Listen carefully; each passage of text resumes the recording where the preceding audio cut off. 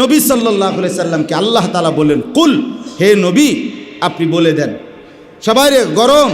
আল্লাহ পাক বলেন কুল, আপনি বলুন নারু জাহান্নামা আসাদ্দু হাররা, এই বান্দা জাহান্নামের আগুনের গরম তার চাইতে অনেক বেশি। হ্যাঁ, অনেক বেশি। কেমন বেশি কল্পনা করে ভাবতে পারবেন? এ কথা, নারু জাহান্নামা আসাদ্দু হাররা, জাহান্নামের আগুনের গরম অনেক বেশি, অনেক বেশি। কাজেই বান্দা জাহান্নামের প্রচণ্ড গরম, ভীষণ আগুন, ওর থেকে যদি বাঁচতে হয় তো দুনিয়ার এইটুকু গরম হজম করে সহ্য করে যদি আল্লাহর ইবাদত চালিয়ে রাখো, তো এর দ্বারা যদি সামান্য এই গরম থেকে তুমি যদি আল্লাহর ইবাদত চালু রাখতে পারো, তাইলে জাহান্নামের কঠিন আগুন থেকে আল্লাহ তাআলা তোমাকে হেফাজত করে দিবে। আমরা সকলেই লক্ষ্য করছি যে বাইরে প্রচণ্ড গরম। এই প্রচণ্ড গরমের কারণে স্বাভাবিকভাবেই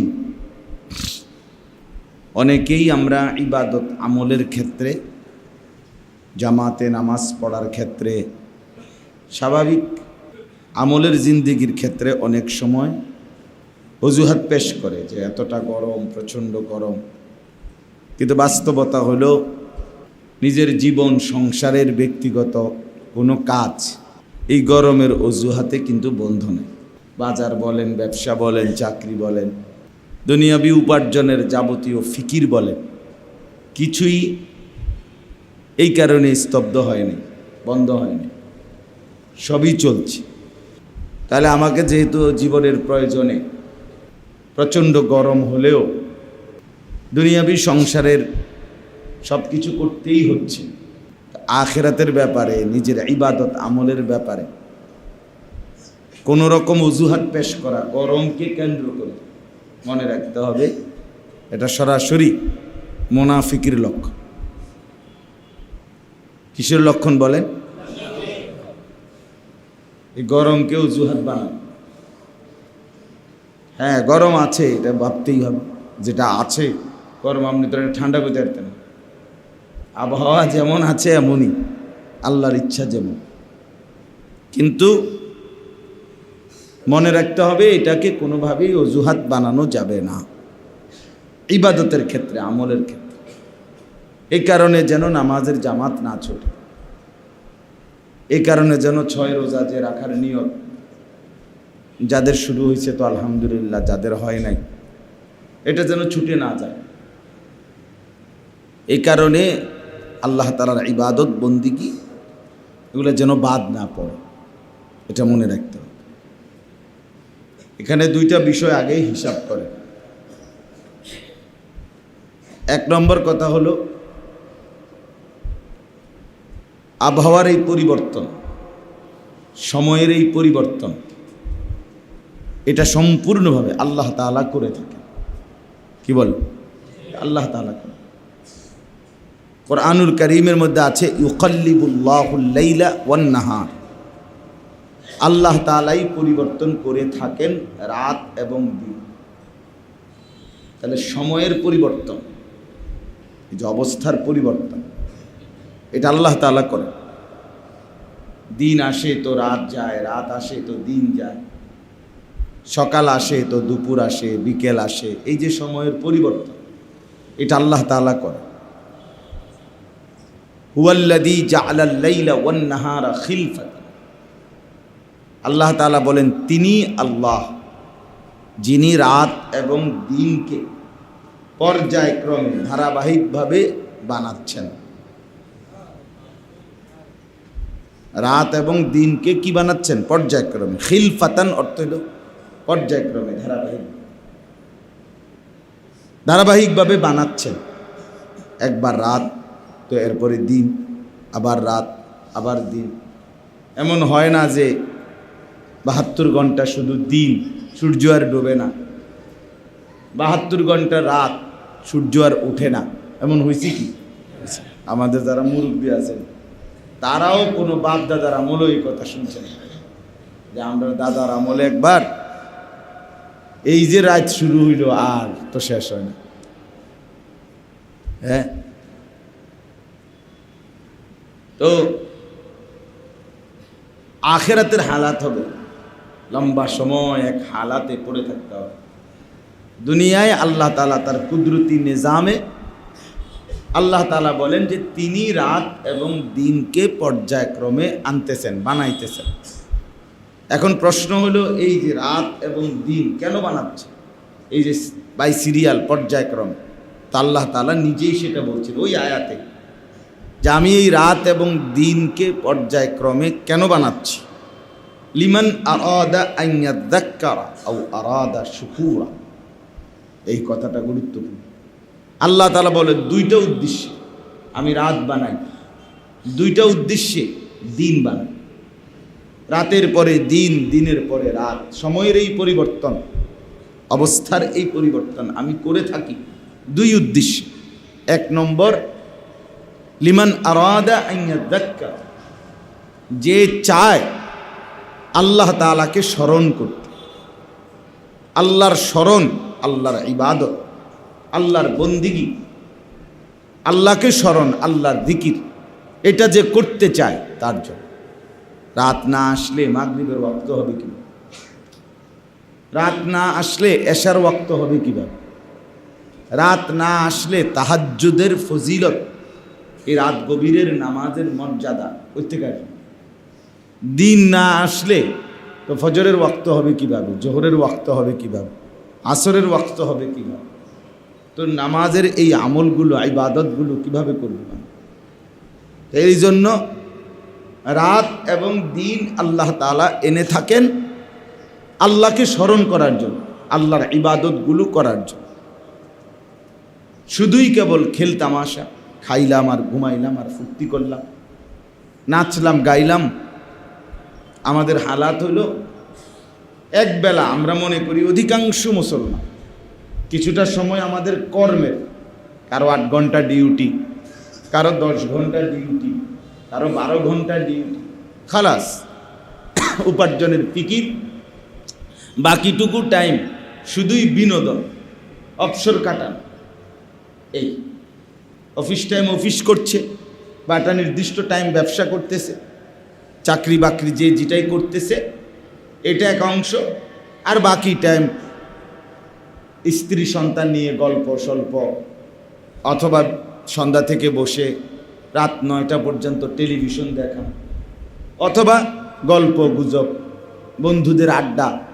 অসংখ্য মানুষ দেখবেন, অসংখ্য ভদ্র মানুষ, শিক্ষিত লোক, তারা তাদের জীবন বানায় নিছে যে বিকেল টাইমটা তারা বন্ধু বান্ধবের সাথে আড্ডা দেয়। এই আপনার বসছে একটা হোটেলে, কফি শপে, রেস্টুরেন্টে, অথবা কোনো এক জায়গায়, তো চা খাইতেছে, নুডলস বানায় দিছে, চটপটি বানায় দিছে, অথবা একটা কিছু নাস্তা নিছে।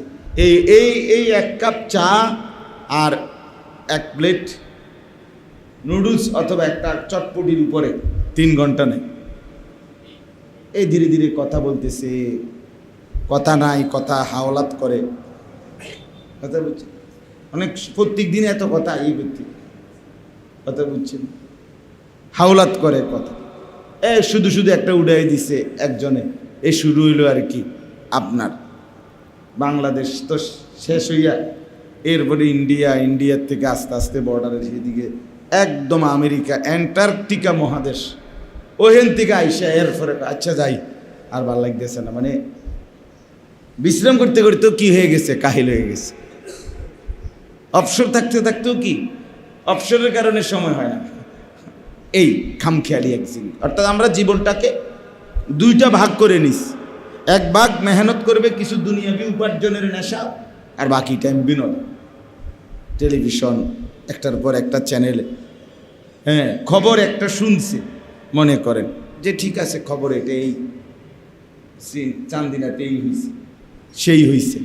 এরপরে আচ্ছা তো এইটা এখন চ্যানেল 9-এ কী কয় দেখি একটু, চ্যানেল 8-এ কী বলে, 7-এ কী বলে, প্রত্যেক চ্যানেল ঘুরে উনি পুরা 30টা চ্যানেল দেখা বিষয়টার উপরে এই আইডিয়া নিছে, না সিএনজিটাই উল্টাইছে, মূলত ফিকা উল্টাইছে না, এইটাই বুঝছে উনি।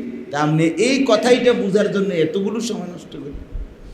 সিএনজি তো উল্টাইছে, বুঝলাম তো না, এরপর এটা বোঝা দরকার। সব চ্যানেলে খবর নিয়ে সর্বশেষ উনি জরিফে পাইছে যে সিএনজি উল্টাইছে। এই যে খামখেয়ালি জিন্দেগি, শুধুই কেবল আল্লাহ তাআলা বলেন, বান্দা রাত এবং দিন আমি এজন্য দেইনি, বরং লিমান আরাদা আন ইয়াযাক্কার, যে চায় আল্লাহ তাআলার ইবাদত করতে, আল্লাহকে স্মরণ করতে, আমি তার জন্য দিছিলাম রাত এবং তামাশার জন্য, খামখেয়ালির জন্য। আও আরাদা শুকুরা, আর দ্বিতীয় কারণ হলো অথবা যে চায় আল্লাহ তাআলার শুকর আদায় করতে। কি আদায় করতে বলে? শুকর আদায় করতে চায়। তাইলে আল্লাহর ইবাদত, আল্লাহর স্মরণ এবং আল্লাহর শুকর আদায় করা, এই জন্য আপনার আল্লাহ তাআলা রাত এবং দিন দিচ্ছেন। দিন দিলেন আল্লাহ তাআলা উপার্জনের জন্য, তো পৃথিবীটাকেও আল্লাহ তাআলা আলোকিত করে উপার্জনের পরিবেশ তৈরি করে দিয়েছেন। রাত আল্লাহ দিয়েছেন ঘুমের জন্য, তো আল্লাহ তাআলা রাতটাকে কালো চাদর দিয়ে ঢেকে ঘুমের মনোরম পরিবেশ আল্লাহ তাআলাই করে দিয়েছেন। আপনি এই প্রখর রোদ থাকলে,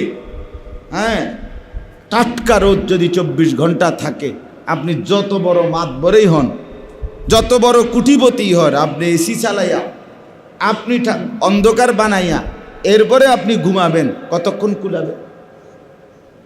কয়দিন কুলাইবেন? হবেন হবেন। কৃত্রিম আলো আর কৃত্রিম অন্ধকার দিয়ে প্রকৃত এই আলো এবং অন্ধকারের গুরুত্ব অথবা এর উপকারিতা আপনি নিজে বানাইয়া বের করতে পারতেন। এই জন্য আল্লাহ তাআলার শুকর আদায় করা। শুকর কি? শুকর আদায় করে কিভাবে? এক কথায়, সহজ কথা, যিনি নিয়ামত দিয়েছেন ওই নিয়ামতকে নিয়ামত দাতার মর্জি মোতাবেক ব্যয় করা, এটারে বলে শুকর। শুকর তিনভাবে আদায় করতে হয়। এক, অন্তরে স্বীকৃতি দিতে হয়, উপলব্ধি করতে হয় যেটা আমার আল্লাহ দিয়েছেন। দুই, জবানেও উচ্চারণ করতে হয় যেটা আমার আল্লাহ দিয়েছেন। তিন, আল্লাহ তাআলার দেওয়া এই নিয়ামত আল্লাহ তাআলার পছন্দ মোতাবেক ব্যয় করা। এই তিনটা একত্র হইলে বলে শুকর। একত্র হইল। এই জন্য বললাম, আল্লাহ তাআলা বলেন, রাত এবং দিন আমি বানিয়েছি বান্দা, তোমরা যেন আমার স্মরণ, আমার ইবাদত করতে পারো এবং আমার শুকর আদায় করতে পারো। শুধুই কেবল তোমাদের ব্যক্তিগত উপার্জন আর বাকিটা বিনোদন, বাকিটা অবসর যাপন, এইটুকুর জন্য আল্লাহ তাআলা রাত এবং দিন সময়ের এই পরিবর্তন করেন নাই। যেমন ধরেন কোরআনুল কারীমের মধ্যে স্পষ্ট আছে, ইন্নাস সালাতা কানাত আলাল মুমিনিনা কিতাবাম মাওকুতা। এই যে কোরআনের আয়াত, আল্লাহ বলেন নিশ্চয়ই নামাজ সমস্ত মুমিনদের উপরে ফরজ করা হলো কিতাবাম মাওকুতা, ওয়াক্ত হিসাব করে, সময় হিসাব করে। এখন জোহরেরই ওয়াক্ত, মানে জুমার ওয়াক্ত, আপনি এখন আসর পড়লে হবে না। এখন আসরেরই ওয়াক্ত, আপনি মাগরিব পড়লে হবে না, হবে না। কিছু অতি বুদ্ধিজীবী আছে, আফসুসের ব্যাপার, এই বুদ্ধিজীবী, ইসলামী বুদ্ধিজীবী নামেও এরা আপনার ইদানিং অনেক মানুষকে দেখি সফরে যাবে, ভ্রমণে যাবে, দূর পাল্লায় কোথাও যাবে, চলমান পথে জোহর আসর, জোহরের ওয়াক্তে একসাথে পড়ায় ফেলতেছে, হচ্ছে সফরে যাবে। সফরে গেলে জোহর আসরের ওয়াক্ত এক হয়ে যায়? আশ্চর্য কথা, আসর মাগরিব এক হয়ে যায়। তাইলে এই জন্য ওয়াক্ত আসা নামাজের জন্য জরুরি বিষয়। ওয়াক্ত আসলেই নামাজ ফরজ হয়, সময় আসতে আগে ওয়াক্ত হয়, এরপরে কি হয়? নামাজ ফরজ হয়। একসাথে বুঝি আপনি যে বাইরে অনেক ঝামেলা থাকবে, পেরেশানি থাকবে, অতএব আমি একসাথে জোহর আসর মাগরিব এশা এসব করে নিতাম নাকি? আমাদের বাংলাদেশের একজন শ্রেষ্ঠ বুজুর্গ আলেম ছিলেন, ব্রাহ্মণবাড়িয়ার অনেক বড় আলেম ছিলেন, হাফেজ হজরত মাওলানা জুবায়ের আহমদ আনসারী রহমতুল্লাহ। অসাধারণ বয়ান করতেন। তার কোরআনুল কারীমের তেলাওয়াত কলিজা ছিঁড়ে যেত। ওনার কণ্ঠের কোরআন শুনলে মানুষ পাগল হয়ে যেত, এত সুন্দর কোরআন পড়তেন। আমরা অনেক বয়ান শুনছি হজরতের। অসুস্থ ছিলেন, অনেক দিন অসুস্থতার পরে ইন্তেকাল করছিলেন। তো উনি একদিন মজা করে বলছিলেন যে এক ভাতিজা, তার চাচার ঘর আর ভাতিজার ঘর পাশাপাশি। উনি সুন্দর সুন্দর ছোট ছোট গল্প বলতেন। তো রাত্রের 10টা-11টার পরে ভাতিজা শুনতেছে যে চাচায় ঘরের মধ্যে নামাজ পড়ে। এখন একটু পরেই চাচা একামত দেয়, নিজে একামত দেয়, নিজে আবার নামাজ পড়ে। কাদ কামাতিস সালাহ কইছে যে কয়েক। এখন ভাতিজা খেয়াল করলো যে কিরে একামত তো দিল মনে হয় 5-6 বার, নামাজ যদি পড়ে এশা বা মাগরিব যেটাই পড়ুক, তো একামত দিবে কয়বার? একবার। তো 4-5 বার দিল কেন? একটু পর ভাতিজা গিয়ে চাচারে বলছে যে চাচা ঘটনা কি নামাজ পড়লেন যে একটু পর কাদ কামাতিস সালাহ কইলেন, এটা কয়বারের এই একামত দিলেন, কি করলেন? তখন ওই চাচা বলছে গো ভাতিজা, এই যে সকাল ভোরে ফজরের আগে এই সময় যে খেতে গেছি কাজ করতে, আর একটু আগে আইছি, ফজর জোহর আসর মাগরিব এশা কোনোটাই পড়বার সময় পাই নাই, সব দিয়ে এক লগে বাই সিরিয়াল পড়ছি। এই জন্য আলাদা আলাদা একামত দিছি যে এই জন্য বারবার তুমি কাদ কামাতি সালাহ শুনছো একটু পর। তো এরকম উনি বললেন যে এরকম আপনি আপনার কাজের কারণে আপনি 5 ওয়াক্ত নামাজরে বুঝি এক করে ফেলবেন, এটা বুঝি কথা বলবেন। এই জন্য এটা খেয়াল করবেন।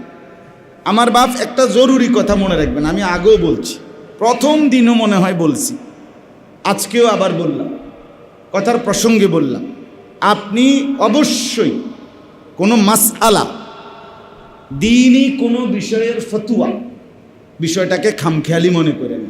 আপনাদের কাছে অনুরোধ করছি, জানা আমি মোবাইলে পাইছি হুজুর, আমি ফেসবুকে পাইছি, আমি ইউটিউবে দেখছি, আমি অমুক অ্যাপসের মধ্যে দেখছি, আমি অমুক হুজুরের বক্তব্য শুনছি না। আসলে বক্তব্য শুনবেন ঠিক আছে, দ্বীনি নসিহত, কিন্তু ফায়সালার জন্য আপনি এটা করবেন কিনা না ছাড়বেন কিনা, এটা একটা ফতুয়া যে কোনো বিষয়। এই ফতুয়ার জন্য মনে রাখতে হবে জীবিত সরাসরি মুত্তাকি আল্লাহওয়ালা আলেম হওয়া জরুরি। 1 নম্বরে জীবিত মানুষ মানে জীবিত হুজুর। 2 নম্বর হলো সরাসরি তার থেকে নিতে হবে, আপনি আমারে জিগাইলেন আমি আপনারে জিগাবো। আর 2 নম্বর কথা হলো ওই হুজুর যাকে আমি ফতুয়া জিজ্ঞাসা করবে, ওই ফতুয়া দিবে যে হুজুর, তাকে আপনি আগেই সিলেক্ট করে বের করতে হবে যে সে মুত্তাকি কিনা, তাকওয়াবান কিনা, বলে যা তা আমল করে কিনা, চেহারা সুরতে চলনে বলনে, হ্যাঁ সে দিনদার কিনা। বলে এত কিছু টোয়ানের সময় কি, সময় কই হুজুর? আপনি যে মাছ কিনতে পুরা বাজার করেন কেন, এত সময় পান কই? এই মিয়া বলেন না কেন? আপনি যে সামান্য মূলা একালি কিনবেন, আপনি পুরা বাজার হাঁটেন কা? ঘটনা কি? সামনে জিডা ফামটা লই আনা লাগবেন, ফসাও এত সময় আপনার কই? আপনার যে মূলা কিনতে টাইম আছে, আপনার ফাঙ্গাস 1 কেজি কিনবেন, এটা আবার এত কিছু কি চান? ফাঙ্গাসে না, এটা কিনে না লইয়া ফেলবেন। এটারে যে আপনি পুরা বাজার চান, টিপ দিয়া চান, কানে ছাড়ি দিয়ে আলগি দিয়া চান, বেটারে 13 বার জিজ্ঞাসা করেন, 1 নম্বর নি ফাঙ্গাস, তো ফাঙ্গাসে বেটা 6 নম্বর আইব করতে গেটে। ফাঙ্গাস কি আর তেলাপিয়া হয়ে গেছিল? কথা বলেন না কেন? তেলাপিয়া কি আর ফাঙ্গাস নি? তো এটা আপনি কি চেক করেন? তা আপনি এ সময় যদি বলি আপনি আরে হুজুর কি কন ব্যাক করলে কথা কন, এটা জিনিস চাইয়া নিতে হইব না, আপনি এটা লইব, এটা বলবে কি না বলেন না কেন? তো এইখানে এসে যদি এটা হয়, তো আখিরাতের বিষয়টা আপনার বিষয়, এই আমল আপনার বিষয়, প্রতিটা ফতোয়া আপনার জন্য, এটা তো খামখেয়ালি বিষয়।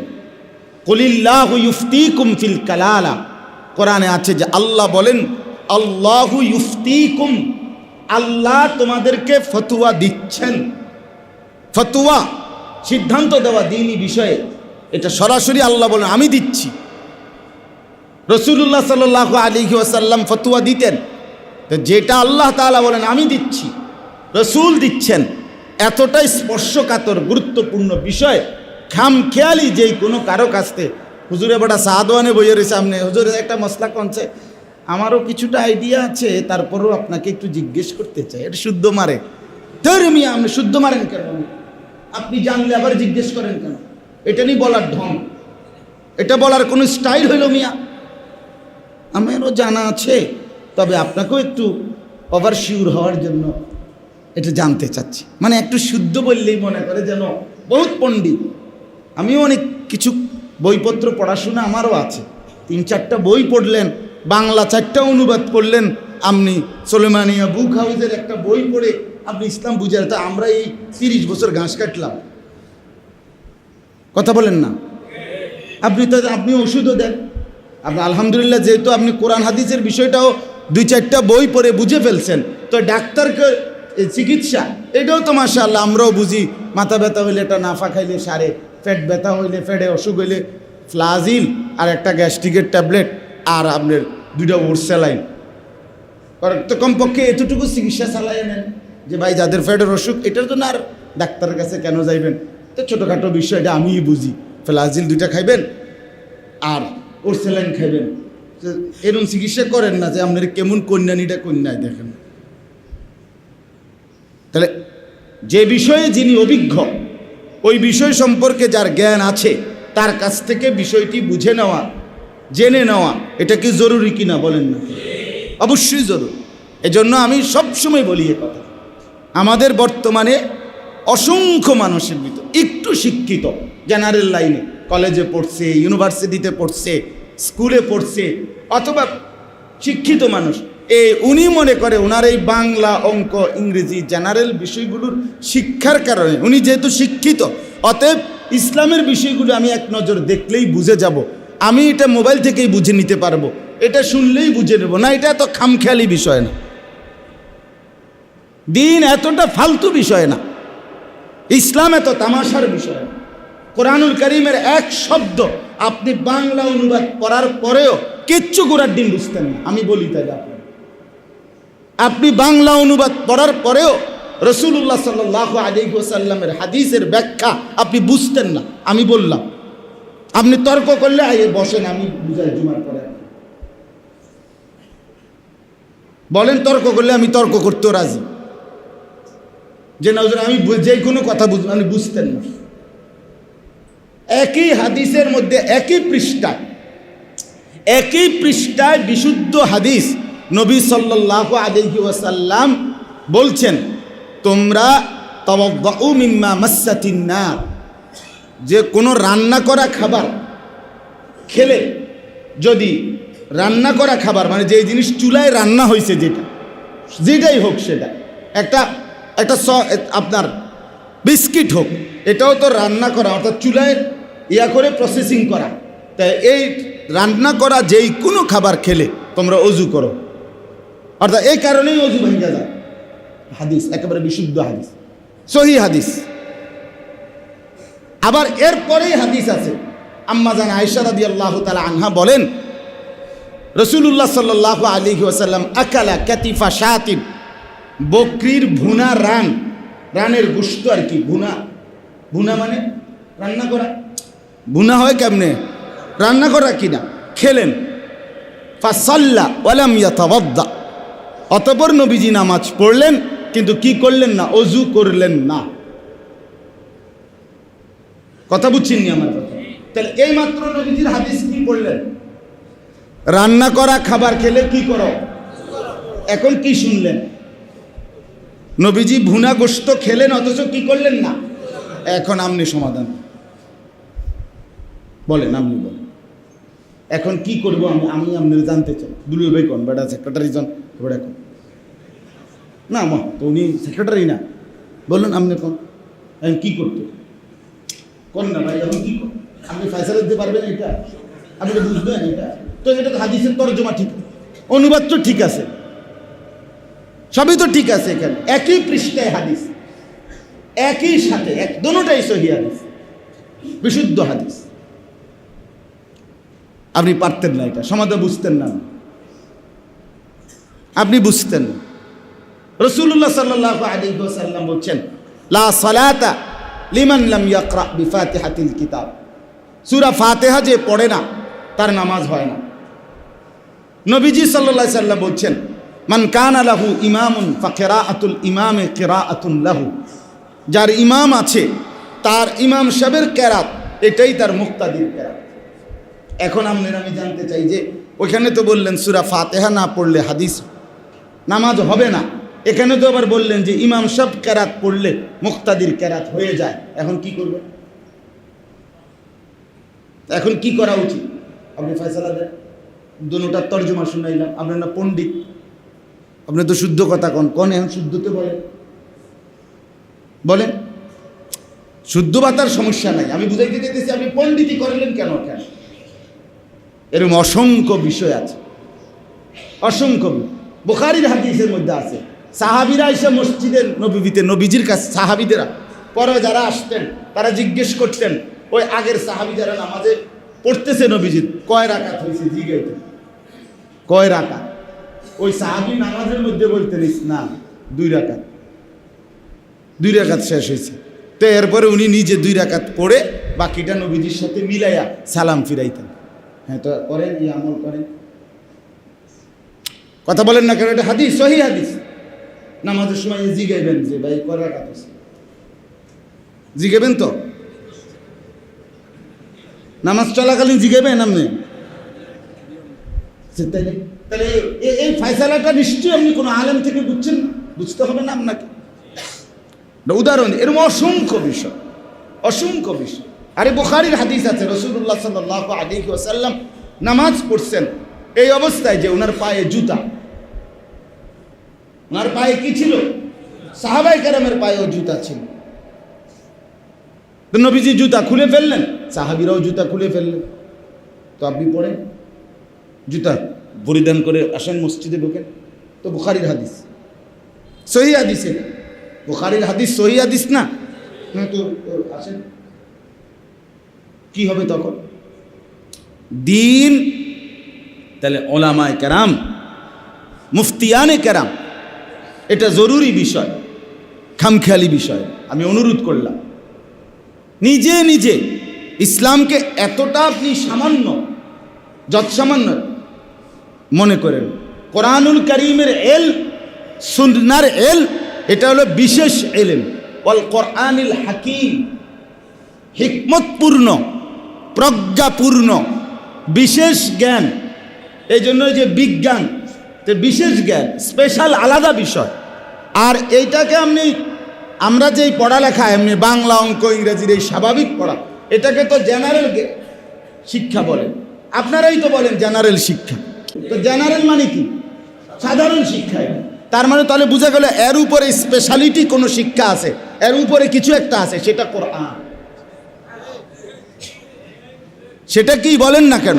হ্যাঁ হ্যাঁ, ওইটাই স্পেশাল। নাহলে ওই এটারে কোন জেনারেল, জেনারেল বলবেন কেন? বাংলা, অঙ্ক, ইংরেজি বইয়ের এই পড়াইগুলোরে জেনারেল শিক্ষা বলেন কেন? আপনারাই তো বলেন যে হুজুর আমরা জেনারেল লাইনের মানুষ, বলেন না কথাটা? আমরা জেনারেল শিক্ষায় শিক্ষিত। তো কি বুঝাতে চাইবেন? আপনি তো বললেন আপনি সাধারণ শিক্ষায় শিক্ষিত। কোরআন এবং সুন্নাহ এটাই ইমানদারের কাছে স্পেশাল জ্ঞান, বিশেষ জ্ঞান। অতএব এটা জরুরি বোঝা দরকার।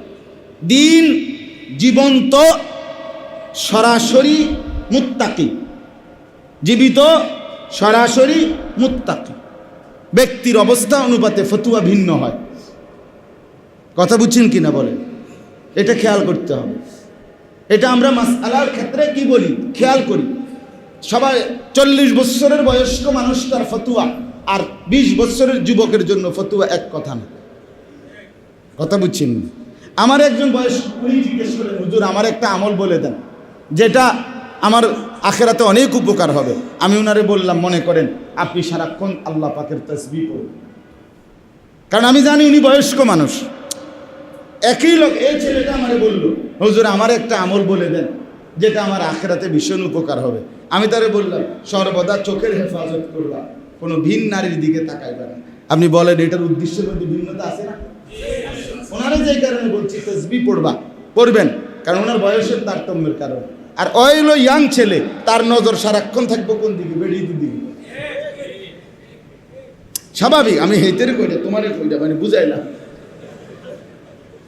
তাইলে বলার উদ্দেশ্য কি? অবস্থার ভেদে, ব্যক্তির অবস্থার ভেদে আপনার কি হয়, সিদ্ধান্ত ভিন্ন। তাহলে ফতোয়া এটা শুধু কেবল মোবাইল থেকে দেখে, ফেসবুক থেকে দেখে, ইউটিউব থেকে দেখে, বাংলা অনুবাদ পড়ে আপনি বুঝতেন না, আপনি বুঝবেন না। একই ডাক্তার, FCPS, একই মেডিসিন বিশেষজ্ঞ ডাক্তার, উনি যদি এই 1 ঘন্টার ভিতরে 20 জন জ্বরের রুগী আপনি রুগী দেখে, আজকেই দেখছে, একই সময়ে একসাথে বাই সিরিয়াল আপনি 20 জনের প্রেসক্রিপশন নিয়ে দেখেন, যদিও সবার রোগ সেম, জ্বর, ঠান্ডা, কাশি লাগিয়া রয়েছে, এবং উনিও একই বিষয়ের ডাক্তার, মেডিসিন বিশেষজ্ঞ ডাক্তার, কিন্তু 20টা প্রেসক্রিপশনের ঔষধ জীবনও এক হবে না। তাইলে ডাক্তার বয়স লেখে কেন? আগে জিগায় কেন? এবার ওষুধ না দিবেন, আপনার বয়সের কি দরকার? কথা বলেন না। প্রথমে এটা জিগায় কেন? ওই যে বয়স নামটা লেখেই আগে কি জিগায়? বয়স বাধ্যতামূলক জিজ্ঞাসা করে কেন? বাচ্চাদের ডাক্তার, শিশু ডাক্তার বাধ্যতামূলক বাচ্চার ওয়েট না মাইপা কি করে না? চিকিৎসা করেই না টোটাল। আগে প্রথম দায়িত্ব, যে আমি কুমিল্লা ক্যান্টনমেন্টের আমাদের ডাক্তার মিজান সাহেব, ও রুগী নিলেই উনি শিশু বিশেষজ্ঞ ডাক্তার, আগে ওয়েট মাপাইয়া ওইটা ওরা লেখা দেয়, এরপরে এই কাগজটা টোকেন এটা নিয়ে কি করতে হয় ওনার কাছে ঢুক। এটা গুরুত্বপূর্ণ বিষয়, বয়স এবং ওয়েট, ওজনটা। তাইলে এই জন্য আমি কথাটা লম্বা করলাম, আমরা প্রত্যেকেই এটা খেয়াল করতে হবে। দিন শিখতে হয়, ওলামায়ে কেরামের কাছ থেকে সরাসরি জানতে হয়। ইসলাম কোনো খামখেয়ালি বিষয় না। ওযু, নামাজ, রোজা, জিকির, তেলাওয়াত, দ্বীনি ফাজাইল, মাসাইল, দ্বীনের বিষয়ে ফতোয়া, আপনার একটু ভুলের জন্য হতে পারে আপনার 40 বছরের নামাজ বেকার। আপনি একটু জানলে সুন্নতের সওয়াব পাইতেন, আপনি খামখেয়ালি করছেন। নামাজে একামত যখন দেয়, তখন একামত অবস্থায় নামাজের মধ্যে দাঁড়াইয়া এইভাবে হাত রাখা, এমনি ধরে রাখা, এটা সম্পূর্ণ সুন্নতের খেলাফ। সুন্নাত হইল নবী সাল্লাল্লাহু আলাইহি ওয়াসাল্লামের হাত 2 দিকে ছড়াইয়া রাখা একামত চলাকালে। তো মনে করেন এটা কি খুব ভারী কোনো কাজ ছিল? এই কামটা কি খুব কঠিন কোনো কাম ছিল? কিন্তু আপনি যদি এটা জানতেন, বুঝতেন, তাহলে আপনি সারা জিন্দেগি সুন্নত আদায়ের এই সওয়াব পাইতেন না। তো নামাজের মধ্যে যদি পিছন দিয়া দুই পাও কিছুক্ষণের জন্য উঠে যায়, এই পায়ের তালু দোনোটাই যদি উঠে যায় নামাজের মধ্যে, তো মনে করেন সেজদা দিতে গিয়ে দোনো ঠ্যাং উঠে গেছে, আপনার নামাজ বাতিল। সৌ সেজদা দিলেও হবে না। কিয়াম ছুটে যাওয়া, নামাজের দাঁড়ানো ছুটে গেলে ফরজ কি হয়ে যায়? ছুটে যায়। আর ফরজ বাদ দিলে, ফরজ যদি কারো ছুটে যায় তাহলে সহু সেজদা দিলেও হয় না। ওয়াজিব ছুটে গেলে কি দিতে হয়? বুঝছেন না মনে করেন? তো আপনার নামাজটা হলো তো হয়েছে না।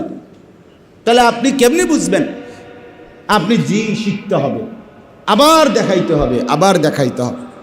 আমার বাপ, এখানে শুধুই কেবল ভদ্রতা, অথবা শুধুই কেবল লুকোচুরি, অথবা শুধুই কেবল নিজেকে অহংকার, যা এগুলো ছোটোখাটো বিষয়, এই সমস্ত বিষয় হুজুরদেরকে আর জিজ্ঞেস করবে কে? এটা করে নিলেই তো হলো, জি না করে নিলেই হলো না। কথা বলেন না কেন? এটা করে নিলেই হলো না, এটা দিন, এটা গুরুত্বপূর্ণ। এটা অজু হোক, সামান্য অজু না, অজু সামান্য না, আপনি অজুকে সামান্য মনে করেন না। রাসূলুল্লাহ সাল্লাল্লাহু আলাইহি সাল্লাম বলেন, বান্দা যখন অজু করে তো অজুর প্রতি ফোঁটা থেকে তার গুনাহগুলো আল্লাহর রাসূল বলছে ঝরে পড়ে। তাইলে হাত্তা মিন তাহতা ইদফারি আদফারিহি, তার আঙ্গুলের নখের, এই নখের মাঝ দিয়েও আপনার গুনাহ ঝরতে থাকে। আমরা খামখেয়ালি মনে করছেন? রাসূলুল্লাহ সাল্লাল্লাহু আলাইহি সাল্লাম বলেন, যে ব্যক্তি গরমে ঠান্ডায় সর্বাবস্থায় ভালোভাবে অজু করে, কষ্ট হলেও ভালোভাবে অজু করে, ইসবাগুল wudu'ে আলাল মাকারি, প্রচণ্ড শীত ঠান্ডার মধ্যেও কষ্ট করে অজু করে, রাসূল সাল্লাল্লাহু আলাইহি সাল্লাম বলেন যে আল্লাহ তাআলা তাকে যুদ্ধের ময়দানে মুসলমানদের সীমান্ত প্রহরা দিলে যেই নেকি, ওই নেকি দান করে। এই যে বিজিবি বর্ডার গার্ডের যেই দায়িত্ব সীমান্ত প্রহরার, মুসলিম সীমান্ত প্রহরার সওয়াব দান করুন। আপনি এটা ছোট মনে করে ফেললেন ওজুটারে। রাসূলুল্লাহ সাল্লাল্লাহু আলাইহি ওয়াসাল্লাম সাহাবীদেরকে বললেন, কিয়ামতের দিন আমার উম্মত হবে সবচেয়ে বেশি এবং আমার উম্মতের প্রত্যেক সদস্যকে আমি চিনব। আমার ঈমানদার উম্মতকে আমি কি করব? চিনব। সাহাবীরা জিজ্ঞেস করলেন, ইয়া রাসূলুল্লাহ, আপনি আপনার এই কোটি কোটি মানুষের মধ্যে আপনার ঈমানদার উম্মত আপনি কেমনে চিনবেন? রাসূলুল্লাহ সাল্লাল্লাহু আলাইহি ওয়াসাল্লাম বলেন, আমার উম্মতের ঈমানদাররা নিয়মিত যে ওযু করত, এই ওযুর জায়গাগুলো ওযুর কারণে কিয়ামতের ময়দানে একবারে মণি মুক্তার মতো উজ্জ্বল হয়ে আলোকিত হয়ে ঝলঝল করতে থাকে। আমি সেটা দেখে দেখে চিনব। এটা আমার গুররাম মুহাজ্জালিন বিআথারিল ওযু। তো ওযু খামখেয়ালি কতগুলো ফজিলত এটার সাথে সম্পৃক্ত। এটা কি শিখতে হয় না? বলেন কয়জনে শিখছেন? বলেন ইনসাফের সাথে বলেন। একজন হক্কানি আল্লাহওয়ালা আলেম থেকে ওযুটা দেখাইছেন, হুজুর আমার ওযুটা একটু দেখেন। আমি তো আল্লাহর কসম করে বলি, আজ থেকে 5 বছর আগেও, 4 বছর আগেও, 3 বছর, এখনো প্রতি বছর, এখনো এই বয়সে আইসাও প্রতি বছর আমার খুলনার হজরত, বাংলাদেশের অন্যতম একজন বুজুর্গ আরেফ বিল্লাহ হজরত মাওলানা মুফতি নুরুল আমিন সাহেব হজরতের কাছ থেকে সরাসরি আমরা ওযু শিখছি, এখনো শিখতে থাকছি, এখনো শিখতেছি, এখনো শিখতেছি। হজরত তার খানকায় সরাসরি বিভিন্ন মাহফিলও অনেক সময় বালতি আইনা রুমাল দিয়া শরীর ঢাইকা, মানে এ সাইডে ঢাইকা বালতি দিয়ে আইনা ওযু করে মগ দিয়ে ডাইরেক্ট দেখায়, ওযু করে দেখায়, শেখায় যে ভাই এটা শিখতে হয়, দিন শিখতে হয়। যে যাই হোক, আমি ওই কথার থেকে চলে গেছিলাম যে আল্লাহ তাআলার শুকর আদায় করা, আল্লাহ তাআলার দেওয়া নিয়ামত আল্লাহ তাআলার মর্জি মোতাবেক ব্যয় করা, এটাকেই বলা হয় শুকরের প্রকৃত কি হাকিকত। অর্থাৎ শুকর আদায় করলেন কিনা আপনি, এটা বোঝা যাবে আপনি বিড়ি খাইতে খাইতে, সিগারেট খাইতে খাইতে, টেলিভিশনে চাইতে চাইতে আরেকজনরে বলতেছেন গপ মারতে মারতে, আল্লাহ তাআলা দিছে আমারে ভাই, অনেক কিছু দিছে, আল্লাহর রহমত, আলহামদুলিল্লাহ, আলহামদুলিল্লাহ। এই বিড়ি খাই না আলহামদুলিল্লাহ, সিগারেট খাই না আলহামদুলিল্লাহ, এগুলো তো তামাশা করলেন, এটা রবের সাথে এটা তামাশা করলেন, আল্লাহ তাআলার দেওয়ার সাথে এটা আপনি মস্কারি করলেন, এটা ইনসাফ হইল? আল্লাহ তাআলা আমাদেরকে বুঝ দান করেন। তাইলে ওই আবার পেছনের কথায় আসেন। আমি বলছিলাম, যে কথার থেকে শুরু করছিলাম, সময়ের যে কোনো হালাত, প্রচণ্ড গরম এখন, এই কথার থেকে গেছিলাম আমি। এই প্রচণ্ড গরমের ভিতরেও সাংসারিক জীবনের, ব্যক্তিগত জীবনের কি বাদ গেছে? বাজার বন্ধ, ব্যবসা বন্ধ, রাতের ঘুম বন্ধ, স্ত্রী পরিজনের সাথে সময় দেওয়া এটা বন্ধ, চাকরি বন্ধ, তো নির্বাচনী প্রচারণা বন্ধ, তো নামাজ বন্ধ হবে কেন? নামাজ ছুটবে কেন? এই গরমে বুঝি মানুষ মসজিদে যায়, তো কোন গরমে যায় আপনি কোন? এটা কোন বছর মানুষ মসজিদে যাবে বলেন? এই জন্য কোনোভাবেই এই প্রচণ্ড গরমের ভেতরেও এক ওয়াক্ত নামাজ, একটি ইবাদত খামখেয়ালি করলে হবে। বলেন ইনশাআল্লাহ। এবার আমি ওই উদাহরণটা দিই, তাইলে আপনারা বুঝবেন। এই ঘটনাটা বললে আমার কথা শেষ। সংক্ষেপে বলছিলাম আমি যে কথাটা, যে প্রচণ্ড গরমের কারণে ইবাদতের মধ্যে অলসতা করা, এটা মুনাফিকের চিহ্ন। মনে আছে না এই কথাটা? কিসের চিহ্ন বলেন? রাসূলুল্লাহ সাল্লাল্লাহু আলাইহি ওয়াসাল্লাম মক্কা থেকে যখন হিজরত করে মদিনায় গেছেন, মদিনায় যাওয়ার 6 মাস পরে আল্লাহ তাআলা ওনাকে কাফেরদের বিরুদ্ধে যুদ্ধ করার, জিহাদ করার অনুমতি দিয়েছিলেন। নবীজি সাল্লাল্লাহু আলাইহি ওয়াসাল্লাম সেই থেকে শুরু করে মৃত্যু পর্যন্ত বাকি 10 বছর অথবা 9 বছর, আপনার এই 9-10 বছরের ভিতরে, মানে মদিনার জীবনের এই 10 বছরের ব্যবধানে আল্লাহ নবী সাল্লাল্লাহু আলাইহি ওয়াসাল্লাম মোট 57টি যুদ্ধ পরিচালনা করেছিলেন। তন্মধ্যে 27টি যুদ্ধে নিজে সরাসরি সেনাপতি হিসাবে যুদ্ধের ময়দানে অংশগ্রহণ করছেন, আর 30টি যুদ্ধে উপযুক্ত সাহাবিকে সেনাপতি বানিয়ে নিজে ওই বাহিনীকে রওনা করাইছেন, মানে যুদ্ধের ময়দানে পাঠাইছেন বিভিন্ন। এই 30 আর 27 এ মিলে কয়টা হলো? রাসূলুল্লাহ সাল্লাল্লাহু আলাইহি ওয়াসাল্লামের নিজে সরাসরি অংশগ্রহণকৃত 27টি যুদ্ধের মধ্যে শেষ যুদ্ধের নাম ছিল তাবুকের যুদ্ধ। কিসের যুদ্ধ বলেন? তাবুকের যুদ্ধ। নবীজির জীবনের সবচেয়ে কষ্টকর দীর্ঘ লম্বা সফরের যুদ্ধ হইল এই তাবুকের যুদ্ধ। সাহাবায়ে কেরামেরও এই যুদ্ধ রাসূলুল্লাহ সাল্লাল্লাহু আলাইহি ওয়াসাল্লাম 9ম হিজরিতে আল্লাহ নবী সাল্লাল্লাহু আলাইহি ওয়াসাল্লাম ইন্তেকালের 2 বছর আগে আল্লাহ নবী সাল্লাল্লাহু আলাইহি সাল্লাম যুদ্ধ করেছিলেন। ওই রোমের খ্রিস্টান বাহিনীর বিরুদ্ধে যুদ্ধ করার জন্য তাবুক নামক এলাকায় গেছে। এখনও সৌদি আরবে ওই তাবুক নামেই আছে। ওই অঞ্চলটা এখনও কি আছে? এই নামেই এখনও, এটার নাম তাবুকে। আমি এই রমজানের উমরায় ওই তাবুক থেকে লোকজন, আমাদের বাংলাদেশি প্রবাসীরা অনেক সাথী, প্রায় 15-20 জন আসছিল। আমার শায়েখ আল্লামা মুফতি মুশতাকুন নবী কাসেমি এবং আমি একসাথে ছিলাম। ওরা দাওয়াত দিতে আমরা ওখানে যাইতাম বয়ান করার জন্য। তো পরে আর সময় মিলাইতে পারি নাই।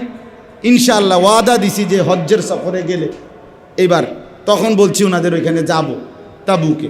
তো শায়েখ আগেও গেছেন, আমার হজরত আগেও গেছেন তাবুকে। তো বলতেছিলাম এই তাবুকের যুদ্ধে আল্লাহ নবী সাল্লাল্লাহু আলাইহি ওয়াসাল্লাম মদিনায়, ওই যুদ্ধের অনেক দূর, অনেক, আপনার মদিনা থেকে এখন বর্তমানে প্রায় 1000 কিলোমিটারের কাছাকাছি, 800-র উপরে হবে কিলোমিটার। তো এই এত লম্বা পথ, এই দীর্ঘ পথ, এখন তো সৌদি আরবে 700 কিলোমিটার, 800 কিলোমিটার, 1000 কিলোমিটার এখন খুব বেশি কিছু না, কারণ সেন্ট্রাল এসি গাড়ি, আপনার বাসা বাড়ি, রাস্তা অনেক সুন্দর, ছেড়ে দিলেই গাড়ি চলতেছে এটা। কিন্তু আজ থেকে 1400 বছর আগে, কথা বুঝছেন কিনা বলেন, আজ থেকে 1450 বছর আগে এসি ছিল, গাড়ি ছিল, সেই সময়ের কথা। রাসূলুল্লাহ সাল্লাল্লাহু আলাইহি ওয়াসাল্লাম মদিনায় সাহাবীদেরকে বললেন যুদ্ধের প্রস্তুতি নিতে। যুদ্ধের প্রস্তুতি নেওয়ার জন্য সাহাবীদেরকে বললেন, এবং নবীজি লম্বা পথ সফর করবেন, দূরে গিয়ে যুদ্ধ করবেন, সাহাবীদেরকে এটা বললেন। সাহাবায়ে কেরাম মদিনার মধ্যে 30,000 সাহাবী ওই যুদ্ধে রওনা দেওয়ার জন্য আল্লাহ নবীর কথা মতো রেডি হয়ে গেলেন। এই যুদ্ধেই সবচেয়ে বেশি মুসলমান অংশগ্রহণ করছে। কিন্তু বলার বিষয় হইল, যখন আল্লাহ নবী সাল্লাল্লাহু আলাইহি ওয়াসাল্লাম বললেন, সাহাবীরা প্রস্তুতি নিচ্ছিলেন, ওই সময়টা ছিল মদিনার মধ্যে 2টা অবস্থা। এক, তখন ছিল সময়ের সবচেয়ে বেশি গরম। ওই সময়টা যখন সাহাবীদেরকে যুদ্ধের জন্য প্রস্তুতি নিতে বলছেন, তখন প্রচণ্ড গরম ছিল মদিনার মধ্যে। আর সফরও লম্বা, 2-4 ঘন্টার না, 1000 কিলোমিটারের দূরত্বের কি সফর। তাহলে সফরও অনেক দূরত্ব, আবার মদিনায় তখন প্রচণ্ড গরম। প্রচণ্ড গরম কেন? আরব দেশে খেজুর যখন পাকে, যে 2 সপ্তাহে, 1 সপ্তাহে বা 15-20 দিনের মধ্যে খেজুর পাকে যেই সময়টা, এইটার সময়ই আরব দেশে সবচেয়ে বেশি গরম পড়ে। কথা বুঝছি কি? এই প্রচণ্ড গরমে খেজুর ফুল্লি পাকে। তো এই সময়টা ছিল আপনার মদিনার মধ্যে সাহাবীদের সারা বছরের লাগানো খেজুর বাগানের সব খেজুর একবারে থোকায় থোকায় খেজুর রেডি, সব গাছ ভরা খেজুর, এগুলো এখন পাকবে। 15-20 দিনের ভিতরে সাহাবীরা এগুলো কাটবে, কাইটা বিক্রি করবে, সঞ্চয় করবে, পরবর্তী 1 বছরের পুঁজি আপনার তাদের এই খেজুরগুলো। এই সময় খেজুর গাছে পাকবে, এখন প্রচণ্ড গরম। এই সময়ে আল্লাহ নবী সাল্লাল্লাহু আলাইহি ওয়াসাল্লাম বললেন সাহাবীদেরকে যুদ্ধের জন্য রেডি হও। সাহাবীরা এই গাছের খেজুর গাছেই প্রচণ্ড গরম, কোনো কিছু পরোয়া না করে সাথে সাথেই 30,000 সাহাবী যুদ্ধের জন্য রেডি হয়ে গেছে। এই যখন রেডি হইতেছে, রওনা হবে, এই সময়ে মদিনার যারা মুনাফিক ছিল, মুনাফিক কাকে বলে? ইউদহিরুল ইসলাম ওয়া ইউবতিনুল কুফরা।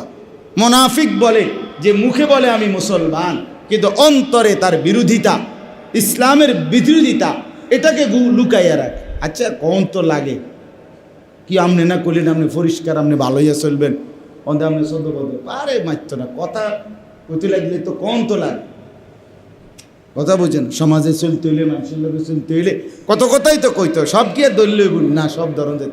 তা আপনি ঠিক করে দেন যে আপনি কোন কথা বললে ধরন যায়, কোনটা ধরন যাইবে না, এটা আপনি বলে দেন। যে আমি যখন 3টা থেকে 4টার ভিতরে কমু, তখন মনে করে মিশা কথা কইছি, আর 4:30টার পরে কইলে বলবে এটা সত্য বলছি। এইটা আপনি ঠিক করে দেন যে আপনার কোনটা বাটফারি কথা আর কোনটা আসল কথা কোন। এক মুমিন, এক মুসলমান এরকম হইতে পারে, কথা বলেন না। তো এটা মুনাফিক বলে যে মুখে বলছে মুসলমান, কিন্তু অন্তরে তা কি করে বিপরীত। তো এরা এই মদিনার মধ্যে যারা মুনাফিক পরিচয়ধারী মুসলমান, এরা হাইটা হাইটা, সাহাবিরা সব রেডি হইতেছে, ঘোড়া রেডি করাইতেছে, যুদ্ধের অস্ত্র শান দিতেছে, এটা হুলস্থুল চলতেছে না মদিনায়। তো এই মুনাফিকগুলো হাইটা হাইটা, তারা কোরআনের আয়াত সরাসরি হাইটা হাইটা বলতে লাগলো, হায় হায় রে কি আরে আবহাওয়ার অবস্থাটা দেখছুনি, গরমটা দেখছুনি, একটা বুদ্ধি বিবেচনা খাটাইয়া তো একটা যুদ্ধ করতে হয় নাকি, একটা যুদ্ধ করে লেলি হয়। কোন সময় রওনা দিলা তোমরা? এই সময় মানুষ বুঝি রওনা দেয়। এ তো তোমরা তখনকার সময় আমরা কিতাবে পড়ছি, মদিনা থেকে সাহাবিদেরকে নিয়ে আল্লাহ নবী সাল্লাল্লাহু আলাইহি সাল্লাম 15 দিন, মোট 17 দিন বা 15 দিন আপ ডাউন করতে সময় লাগছে এই তাবুকের যুদ্ধ। তো এই মুনাফিকরা হাইটা হাইটা বলতেছিল লা তানফিরু ফিল হার, এই কোরআনের আয়াতে, তোমরা এই গরমের মধ্যে কোনোভাবেই বের হইও না। এই গরমে তোমরা যুদ্ধে, তোমরা ক্যান্টনমেন্ট যাওয়া তো দূরে থাক, নিমসার কোরফাই থাকতে তো সব কাইতেই যাবে, ঠিক না? মানে এতটা গরমে তোমরা সব তো করবা, মরে যাইবা, কাজে এই গরমে বের হইও না। এই তাইলে প্রচণ্ড গরমে আল্লাহর রাস্তায় যুদ্ধের জন্য বের হইও না, ইবাদতের জন্য বের। জিহাদ, আল্লাহর রাস্তায় যুদ্ধ, এটা ইবাদত কিনা? কথা বলেন না কেন? এটা ইবাদত কিনা? ইবাদত, ইবাদত। এটাকে শুধু কেবল আপনি মিথ্যা অপপ্রচার দিয়ে, ইউরোপীয় কথা বলে আপনার বেঈমান মুশরিকরা একদম ভুলাইয়া দিলে কশ্চিন কালেও ইসলামের জিহাদ, ইসলামের যুদ্ধ, আল্লাহর জন্য জানবাজি রাখার সংগ্রাম, এটা বন্ধ হয় না। হ্যাঁ, আপনারা যেই সমস্ত মানুষের জানমাল নিরাপত্তা নিয়ে ভাবে, ওরা ওলামায়ে কেরাম থেকে বলে নেক, শুনে নেক যে আপনারা বলেন ইসলামে জিহাদ কি, এটার প্রকৃত অর্থ কি, তো এরপরে বলেন যে অমুক হক্কানি রব্বানি আল্লাহওয়ালা মুত্তাকি দিনদার আলেম প্রকাশ্যে মাহফিলে, বয়ানে, মসজিদে অমুকখানে বলছে, নিজ অনুসারী বা উপস্থিত শ্রোতাদেরকে আপনারা গিয়া আদালত ভবন উড়ায় দিবেন, আপনারা গিয়া ওইটা উড়ায় দিবেন, এটা বলছে কোন হুজুরে? আপনি সেটা বলেন, কথা বলেন না কেন? তাহলে আপনি অনর্থক মিথ্যা কথাকে আপনি সমস্ত আলেমদের উপরে, হুজুরদের উপরে চাপাই দিবেন কেন? কথা বলেন না কেন? চাপাই দিবেন কেন? এটা অন্যায় কথা। তাহলে এই জন্য আপনার এই মুনাফিকরা বলল যে গরমের মধ্যে তোমরা বের হইও না, এই শেষ কথাটা হইল। তখন আল্লাহ তাআলা কোরআনুল কারীমের মধ্যে এই মুনাফিকদের আচরণের জবাবে আল্লাহ একটা কথা শুধু বলছে, এটা এখন আমাদের জন্য সবক। আপনারাও এটা শুধু শুনেন, এই কথাটা বলার জন্য এতগুলো কথা বললাম। নবী সাল্লাল্লাহু আলাইহি সাল্লামকে আল্লাহ তাআলা বলেন, কুল, হে নবী আপনি বলে দেন। সবাই রে গরম, আল্লাহ পাক বলেন কুল, আপনি বলুন, নারু জাহান্নামা আশাদ্দু হাররা, এই বান্দা জাহান্নামের আগুনের গরম তার চাইতে অনেক বেশি। হ্যাঁ, অনেক বেশি। কেমন বেশি কল্পনা করে ভাবতে পারবেন? এ কথা, নারু জাহান্নামা আশাদ্দু হাররা, জাহান্নামের আগুনের গরম অনেক বেশি, অনেক বেশি। কাজেই বান্দা জাহান্নামের প্রচণ্ড গরম, ভীষণ আগুন, ওর থেকে যদি বাঁচতে হয় তো দুনিয়ার এইটুকু গরম হজম করে সহ্য করে যদি আল্লাহর ইবাদত চালিয়ে রাখো, তো এর দ্বারা যদি সামান্য এই গরম থেকে তুমি যদি আল্লাহর ইবাদত চালু রাখতে পারো, তাইলে জাহান্নামের কঠিন আগুন থেকে আল্লাহ তাআলা তোমাকে হেফাজত করে দিবে। এজন্য রাসূলুল্লাহ সাল্লাল্লাহু আলাইহি ওয়াসাল্লাম বলেন, ইন্না শিদ্দাতাল হাররি মিন ফাইহি জাহান্নাম ফাআবরিদহা বিসসালাম।